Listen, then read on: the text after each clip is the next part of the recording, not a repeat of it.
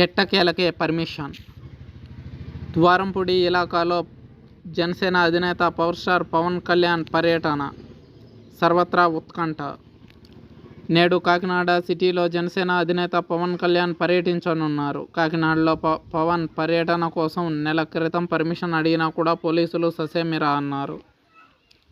YCP MLA Dwarampudi Chandrasekhar Reddy పర్యటన ఉందని పవన్కు no చెప్పారు. రోజంతా పోలీస్ స్టేషన్లో పవన్ పర్యటనకు పర్మిషన్ కోసం మాజీ ఎమ్మెల్యే ఒకరు పడిగాపులు కాసినా కూడా ఫలితం దక్కలేదు. దీంతో కాకినాడలో పవన్ పర్యటన అనుమానాస్పదంగా మారింది. ఎట్టకేలకు తెల్లవారుజామున 2 గంటలకు అధికారులు అనుమతి ఇచ్చారు. Kakinada city YCP MLA Dwarampudi ఇలాకాలో నేడు పవన్ పర్యటించనున్నారు. ఈ నేపథ్యంలో సర్వత్రా ఉత్కంఠ నెలకొంది.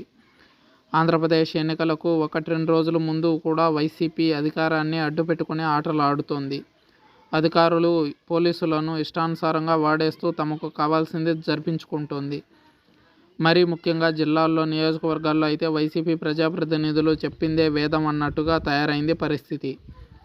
వారు చెప్పింది తప్ప వేరొకరి మాటను చెవికెక్కించుకునే పరిస్థితుల్లో పోలీసులు అధికారులు లేరంటే అతిశయోక్తి కాదు. పోలీస్ డీజీపీ లాంటి పెద్ద పదవిలో ఉన్న వ్యక్తిని మార్చినప్పటికీ అధికారుల్లో ఇసుమంత కూడా మార్పు రాకపోవడం గమనార్హం. జగన్ ప్రభుత్వంపై స్వామిభక్తి ప్రదర్శిస్తూ నిత్యం అధికారులు వార్తల్లో నిలుస్తున్నారు. అందుకే పవన్ పర్యటనకు పర్మిషన్ ఇవ్వడానికి నెల రోజులుగా ఇబ్బంది పెడుతున్నారు.